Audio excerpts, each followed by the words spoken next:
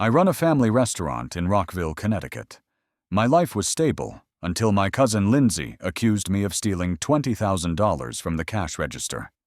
Family, friends, even customers believed her without demanding proof. I became an outcast, but I didn't give up. My name's Reid. I'm 34, and I live in Rockville, Connecticut, a small town where everybody knows your name, your address, and what you had for dinner. It's the kind of place where gossip spreads faster than the smell of fresh-baked bread, and your reputation is a currency that's easy to lose and nearly impossible to get back. For the past 10 years, my life's been all about the family restaurant, Reid's Diner, a cozy spot with worn wooden tables, red and white checkered tablecloths, and an apple pie so good the locals call it the taste of home. My parents, Thomas and Mary Reid, opened the place in 1987, back when Rockville was just a cluster of farms and small shops. They poured everything into it, their savings, their dreams, their sleepless nights. For them, it wasn't just a business. It was a legacy, a symbol of a family that sticks together no matter what. When my dad passed away 5 years ago from a heart attack, I took over. Mom retired, too heartbroken to keep things going, and I became the one holding it all together. I turned Reid's into a local gem. I updated the menu, added live music on Fridays, started delivery for folks out of town. The diner became my whole world. Every morning, I'd be the first one there, checking inventory, greeting the cooks as they kneaded dough for biscuits. Every night, I'd be the last to leave, flipping off the lights and double-checking the back door. It was my passion, my life, my way of leaving a mark. I was never the star of the family. My older sister, Emily, 41, always stole the show. Tall, with a perfect smile and dark hair styled like a movie star, she married a lawyer named David and had 2 kids, Sophie and Lucas, who were already racking up school awards for everything from science fairs to soccer. Emily was the one who planned family gatherings, shined at parties, and made everyone feel special. My younger brother, Nathan, 29, was the opposite. Always in trouble, flunking out of college, getting mixed up in shady used car deals, he still managed to charm his way out of it with his dimples and smooth talk. Me? I was somewhere in the middle. Steady, reliable, the guy who fixes the broken fridge at the diner, pays the bills, and doesn't ask for praise. I didn't chase the spotlight, and maybe that quietness was my weakness. I'm not married, no kids, and honestly, I never felt the need for it. There were girlfriends, dates, even a couple of serious relationships, but none stuck around long. The diner took all my time, and I was okay with that. My friends, mostly locals I grew up with, called me the doer. I was the guy who'd give you a ride if your car broke down, lend you cash if you were in a pinch. I thought that was enough, that my life was solid, like the old oak tree in the middle of Rockville. Man, was I wrong. My cousin Lindsey came into our lives when I was 23. Her mom, my Aunt Carol, my dad's sister, moved to Rockville after a messy divorce in Boston. Lindsey, 14 at the time, was a piece of work from the start. Arrogant, sharp-tongued, rolling her eyes at everything. She hated Rockville, called it a nowhere town, where nothing ever happens. I kept my distance. I had enough on my plate. But over the years, her attitude only got worse. By 24, she'd turned into this picture-perfect woman. Long blonde hair, big blue eyes, a smile that could sell anything. But behind the facade was this cold, calculating streak. Lindsey craved attention, money, special treatment. If things didn't go her way, she'd turn into a hurricane, wrecking everything in her path. She was in community college, but school was an afterthought. Her Instagram was full of party pics, designer bags, and captions like, "Live loud, love hard." I didn't get how she afforded that lifestyle, but I stayed out of it. It all started last April when Aunt Carol called me, crying her eyes out. She begged me to give Lindsey a job at the diner. Lindsey was 24, had dropped half her classes, and Carol thought work would teach her responsibility. My gut told me it was a bad idea. Lindsey was trouble, but Carol was so upset, I couldn't say no. I figured waiting tables might force her to grow up. That was my first mistake, and it set off a chain of events that nearly destroyed everything I cared about.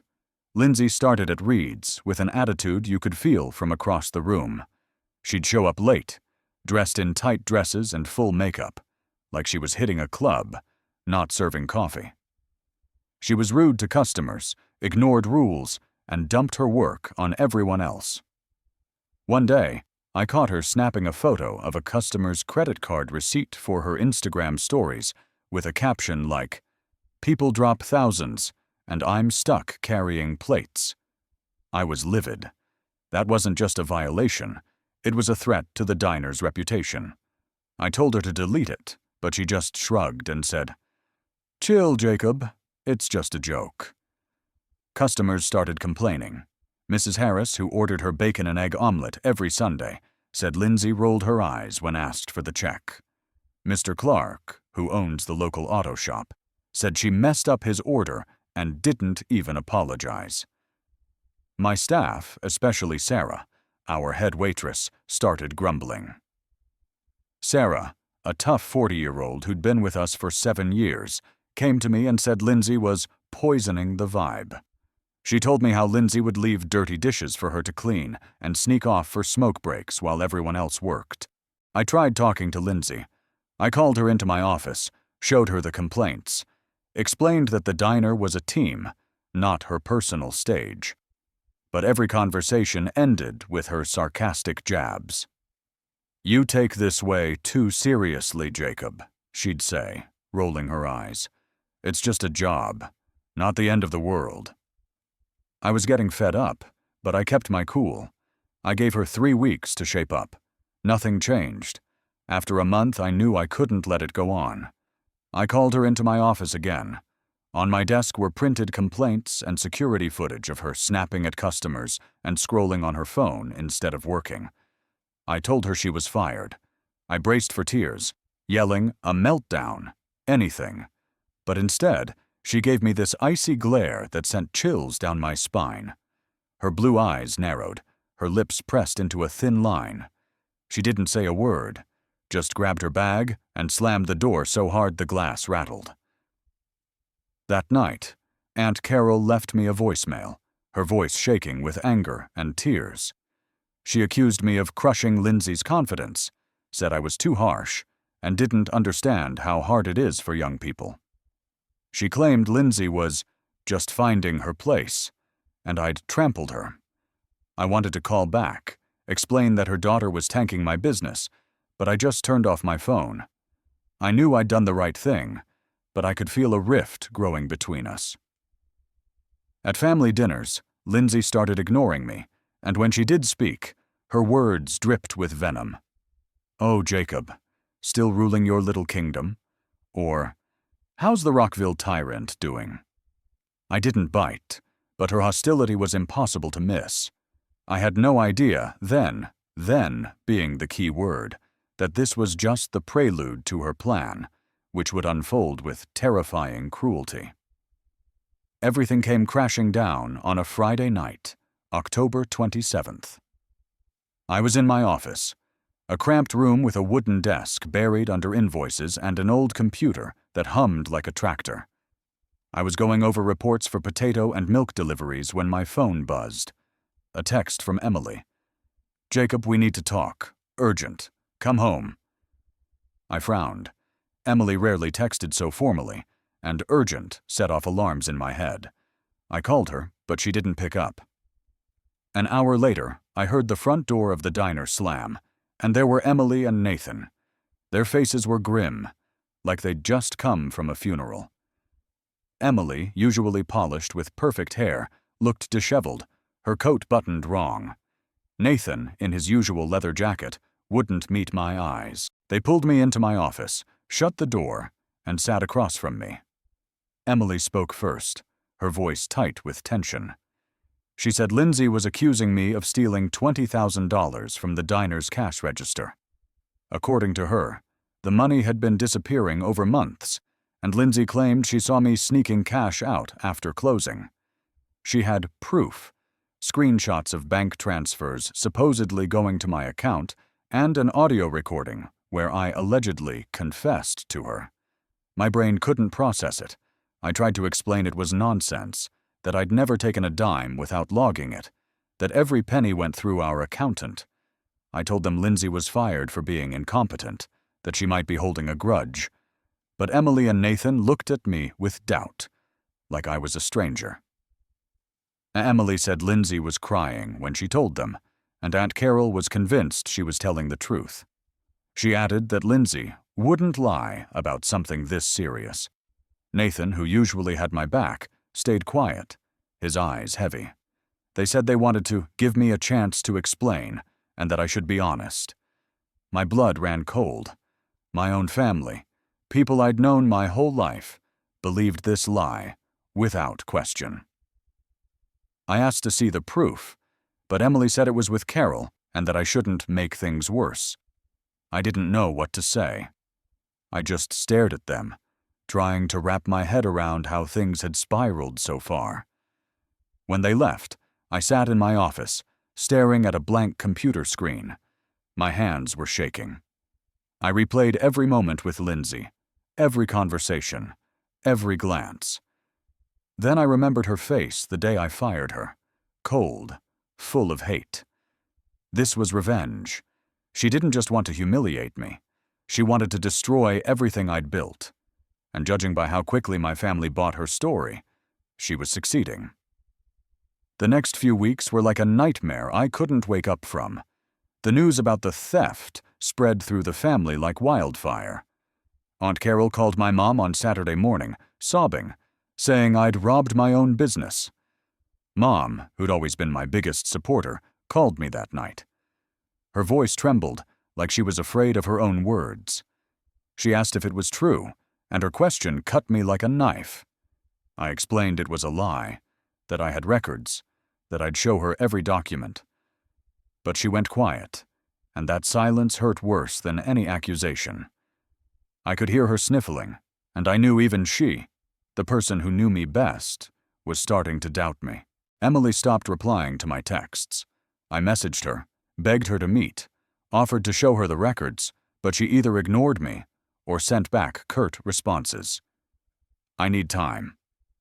Nathan, who'd usually take my side, came by the diner a few days later, but his eyes were cold.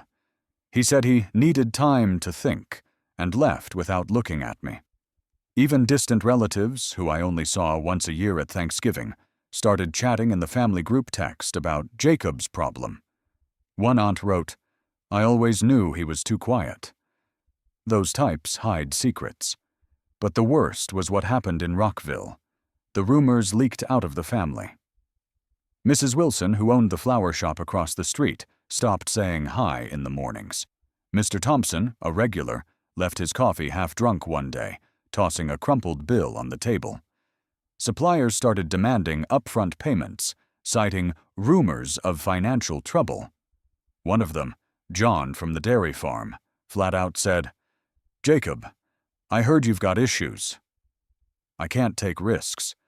I tried to explain, but I could see he didn't believe me. My staff changed too. Sarah, the head waitress, tried to support me, but I could tell she was tense around me.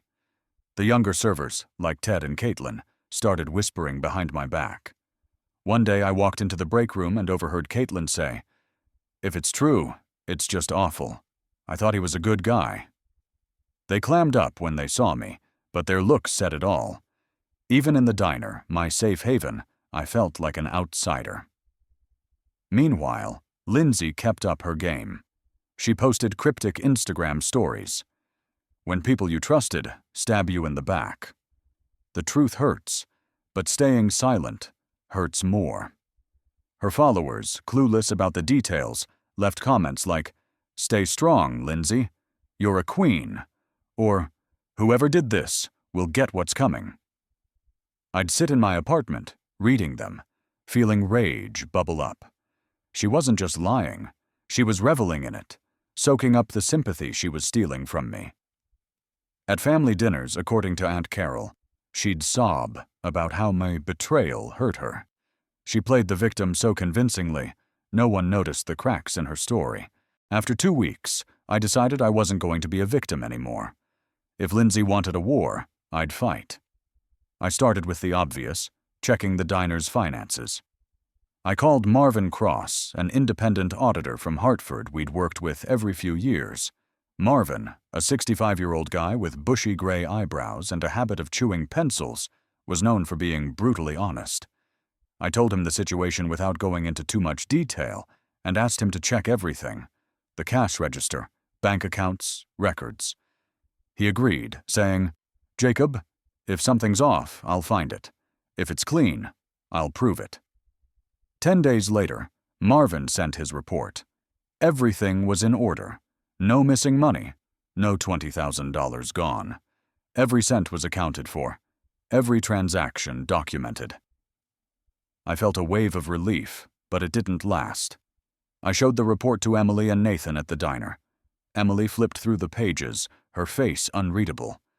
When I asked what she thought, she said, "Lindsey wouldn't make this up for no reason. Maybe you're hiding something." Nathan added, "Bro, I want to believe you." But she sounded so sure. And those screenshots. Their words hit like a slap. My proof, my truth, meant nothing to them. They'd already picked a side. I dug deeper. Lindsey had mentioned screenshots of bank transfers supposedly going to my account. I asked Mary, our accountant, to review every transaction for the past 2 years. Mary, a sharp 55-year-old who'd been with us since I was a kid, knew every dollar that moved through the diner. 4 days later, she called and said, "Jake, something's weird." She'd found several small transfers, $500, $700, $1,200, to an account registered to Lindsey Carver. It wasn't the $20,000 she'd claimed, but the transfers looked suspicious. They weren't tied to the diner, and Mary couldn't figure out where they came from. She said, "These aren't your funds, but someone's messing with our accounts." That was my first real lead. I started watching Lindsey's social media, studying her posts, her friends, her life.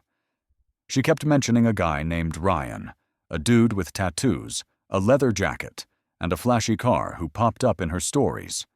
In one post, she called him her business partner. I decided to dig into him. Through a friend in the local police, Officer John Kerr, I learned Ryan Kelly was a small-time crook arrested 2 years ago for credit card fraud. He'd gotten out on parole and clearly hadn't gone straight. This was the first sign Lindsey wasn't acting alone. I felt a spark of hope, but also realized I was stepping into something way more dangerous than a family feud. I knew I couldn't handle it alone. My resources were limited, and my gut told me Lindsey and Ryan were just the tip of the iceberg. I decided to hire a private investigator. Through a recommendation from my lawyer Mark, I contacted Tom Harper, a former Hartford cop turned PI. Tom, a 50-year-old with short gray hair and a habit of speaking in clipped sentences, looked like he'd seen it all and wasn't fazed by anything. I met him at a cafe on the edge of Rockville, away from prying eyes, and laid out the whole story. Lindsey's accusations, my family's reaction, the transfers to her account, her link to Ryan. I told him I wanted to know everything, even if it cost me every penny I had. He nodded and said, "Give me 2 weeks. If there's dirt, I'll find it." A week later, Tom sent his first report, and it blew my mind. Lindsey and Ryan were tied to a group of con artists targeting small businesses in Connecticut. Their scheme was slick. They'd find vulnerable companies, infiltrate them, often through employees or plants, gather dirt or fabricate it, then demand hush money. Lindsey was their bait. She used her looks and charm to gain trust, then framed people with fake accusations or forged evidence. My diner was their latest target, but when I fired Lindsey, she turned it into a personal vendetta. Tom provided photos from a hidden camera. They showed Lindsey and Ryan meeting in an abandoned office on the outskirts of Rockville, in the old factory district where rusted signs creaked in the wind. They were holding folders, one with the diner's logo, a stylized apple in a circle. It hit me like a punch to the gut. They weren't just framing me, they were planning to tear down everything I'd built, maybe even use it to extort others. Tom also found out Ryan was linked to a guy named Mike Torres, a local crook rumored to deal in more than just fraud, including stolen goods. I started to worry about my safety. One night, driving home in my old Ford, I noticed a black SUV tailing me on the highway. It stayed just far enough back, but my hair stood on end. I turned onto a side road toward my house, and the SUV pulled over but didn't leave. I managed to jot down the license plate before its headlights disappeared. I sent it to Tom, who confirmed it was registered to Mike Torres. This wasn't a coincidence. I was in deeper than I'd thought. I got more careful. I stopped parking my car at the diner overnight, double-checked locks, avoided dark streets. But fear didn't stop me. I knew if I backed down, Lindsey and her crew would win. I owed it to myself, my dad, and the diner to prove the truth. While I was digging into Lindsey, things with my family got unbearable. My mom, always the peacemaker, started avoiding me. She'd stopped by the diner for her bowl of soup, but kept conversations to the weather or neighborhood gossip.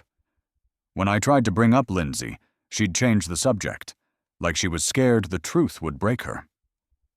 Once, she said, "Jacob, I don't want to pick sides. This is tearing me apart." But her silence screamed louder than words. It shouted that she doubted me. Emily, my sister who I'd always been close to, became a stranger. She started telling mutual friends I was acting weird and that something's off with this whole thing. I found out from our childhood friend Michael, who came to the diner and asked, "Jake, what's going on?" "Emily says you're hiding something." I was floored. My sister, who'd known me her whole life, wasn't just buying Lindsey's lies. She was spreading them. I texted her, begged to meet, but she replied, "I need time to figure this out." It felt like a knife in my back. Nathan, my younger brother, started questioning Lindsey but was too scared to speak up. He'd come to the diner, sit at the bar, stare at me like I was a stranger, and leave without a word. One day he texted, "If it's true, Lindsey's lying, I'm with you. But I need more proof." His indecision stung, but I got it. He was afraid to go against the family. He'd always been like that, going with the flow, dodging conflict. Lindsey, meanwhile, turned up the heat. She filed a police report claiming I'd threatened her after firing her. She said she feared for her life, that I'd been stalking her and texting her at night. Total lies. Luckily, I had an alibi. Diner security footage showing I was in my office during those hours, plus staff who confirmed I hadn't contacted her since she left. The case was dropped in 3 days, but it only added fuel to the fire. Aunt Carol started telling everyone I was terrorizing her daughter. She called relatives, sobbing, saying I'd lost my conscience. Even my distant aunts in Vermont, who I saw maybe once every 5 years, stopped messaging me for holidays. I decided to confront Aunt Carol directly. I drove to her house one Saturday morning, armed with the auditor's report and printouts of the transfers to Lindsey's account. I wanted her to look me in the eye and explain why she believed her daughter over me. I knocked on the door of her old house, with its peeling blue paint and creaky gate. I heard footsteps inside, saw the kitchen curtain twitch, but the door never opened. Through the window, I saw Lindsey standing next to Carol, hugging her. Carol was crying, and Lindsey looked at me through the glass with that same cold smile she'd given me the day I fired her. That's when I knew I'd lost my family. Not because of Lindsey's lies, but because they were so ready to believe her. Just when I thought I was alone, something gave me hope. Sarah, my former waitress who'd quit soon after Lindsey, messaged me. She said, "Jake, we need to talk." It's about Lindsey. I was surprised. Sarah, 42, a single mom with 2 kids, was one of my most reliable employees.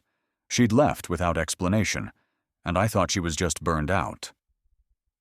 I suggested meeting at Joe's Cafe on the edge of Rockville, away from nosy locals.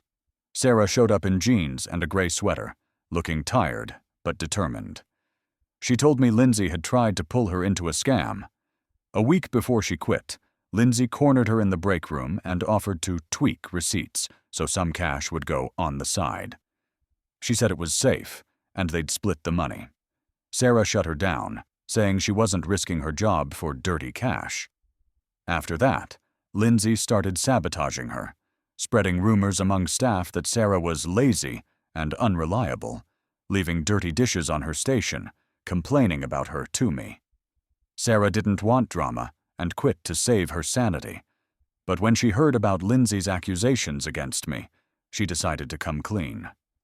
Sarah also said she'd seen Lindsey with Ryan at the diner a few days before she was fired. They were in a corner booth by the window, whispering over some papers. Sarah got close to grab an empty tray and overheard Lindsey say, "He'll regret messing with me." Ryan laughed and replied, "Don't worry, we'll set it up." Sarah didn't think much of it at the time, but now it clicked. This was their plan against me. It was like a breath of fresh air. Sarah agreed to give a written statement and testify in court if it came to that. For the first time in months, I felt like I had a shot. I passed her info to Tom, who dug even deeper. A few days later, he found another witness, Dick, a bartender at the Coyote Bar across from the diner. Dick knew Ryan and said he'd seen him with Lindsey and some shady guys months ago. They were talking about business in Rockville and mentioned my diner. Dick recalled Lindsey saying, "It'll be easier than it looks." Those words felt like a threat. 2.5 months into the investigation, Tom gave me something that changed everything. He got access to texts between Lindsey and Ryan through a hacked account belonging to one of their cronies, a small-time hacker named Jack Silva, who worked with Mike Torres. The messages were like a horror movie script. Lindsey wrote, "He thinks he can just fire me and move on. I'll make him lose everything." Ryan replied, "We'll make it so no one doubts us. I know people who can help." They discussed faking evidence, forging bank transfers, recording a fake audio, spreading rumors through my family. Lindsey wrote, "My mom will believe anything I say. The rest won't dare argue." Ryan answered, "When we're done, he'll be begging." I was stunned. This wasn't just revenge. It was a calculated operation. Lindsey didn't just want to humiliate me. They wanted to ruin my diner, my reputation, my life, maybe even use it to extort others. I gave the texts to Mark, my lawyer, who said that while hacked data couldn't be used directly in court, we could leverage it to pressure Lindsey. He suggested suing her for defamation, fraud, and forging documents, plus reporting her and Ryan's crew to the police. I agreed. I knew it was risky. Lindsey could double down with more lies, and Ryan's crew could be a real threat. But I had no choice. I texted Emily and Nathan, shared my findings, and asked for their support. Emily didn't respond.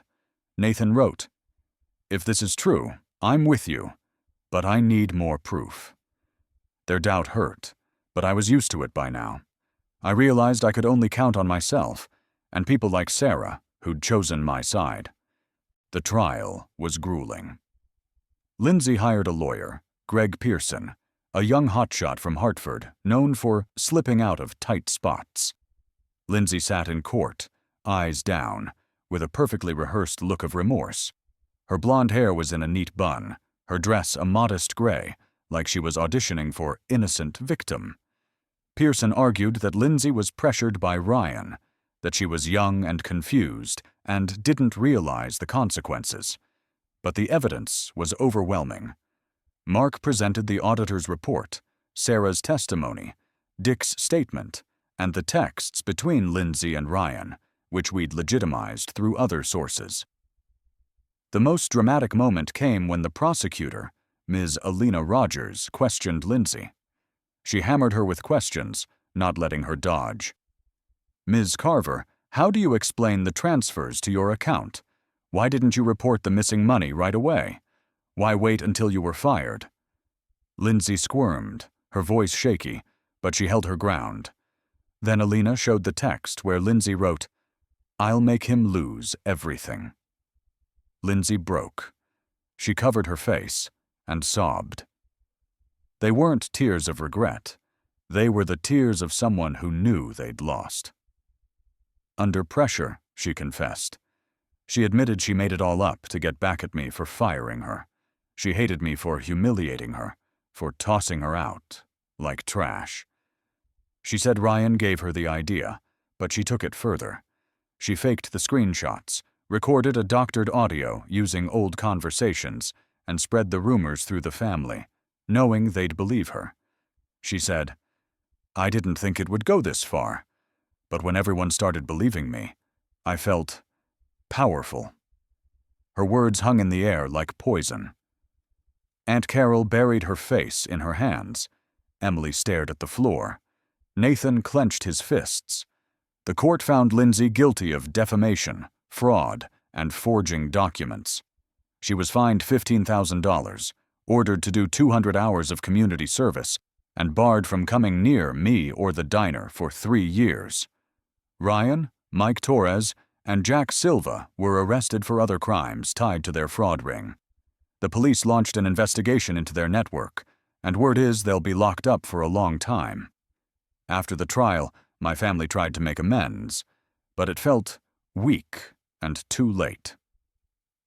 Emily sent a long email apologizing, saying she was blinded and felt awful. I didn't reply, not because I didn't want to, but because her words couldn't erase months of pain. Nathan showed up at the diner a week later, looking like a kicked puppy, his leather jacket sagging on his shoulders. He offered to help with repairs, saying, "Bro, I screwed up. Let me fix it." I thanked him, but said no. I didn't need his help. I needed his trust, which he didn't give me when it mattered. My mom was the hardest. She'd come to the diner, sit at a corner table, sip tea, and cry. She'd say, "I wanted to keep the peace, Jake." I didn't know who to believe, but I saw the shame in her eyes. She knew she'd let me down, and it hurt her more than it hurt me.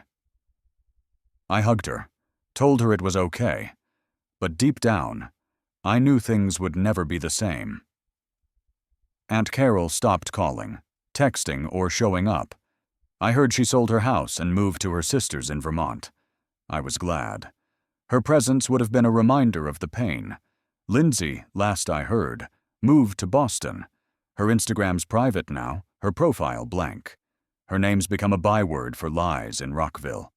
People whisper about her in shops, cafes, barbershops. I don't hate her, but I don't pity her either. She made her choice, and now she's living with it. The diner's bouncing back. Customers are coming back, some even apologizing for doubting me. Mrs. Harris is ordering her omelet again. Mr. Clark's cracking jokes about the weather. Suppliers stopped asking for upfront payments, and my staff respects me more than ever. Sarah came back to work, and her presence has been my anchor. She's not just an employee, she's someone who believed in me when no one else did. Today, 6 months later, I'm standing in my diner, looking out at a full house. The smell of apple pie fills the air. Servers weave between tables, and customers chat about local news.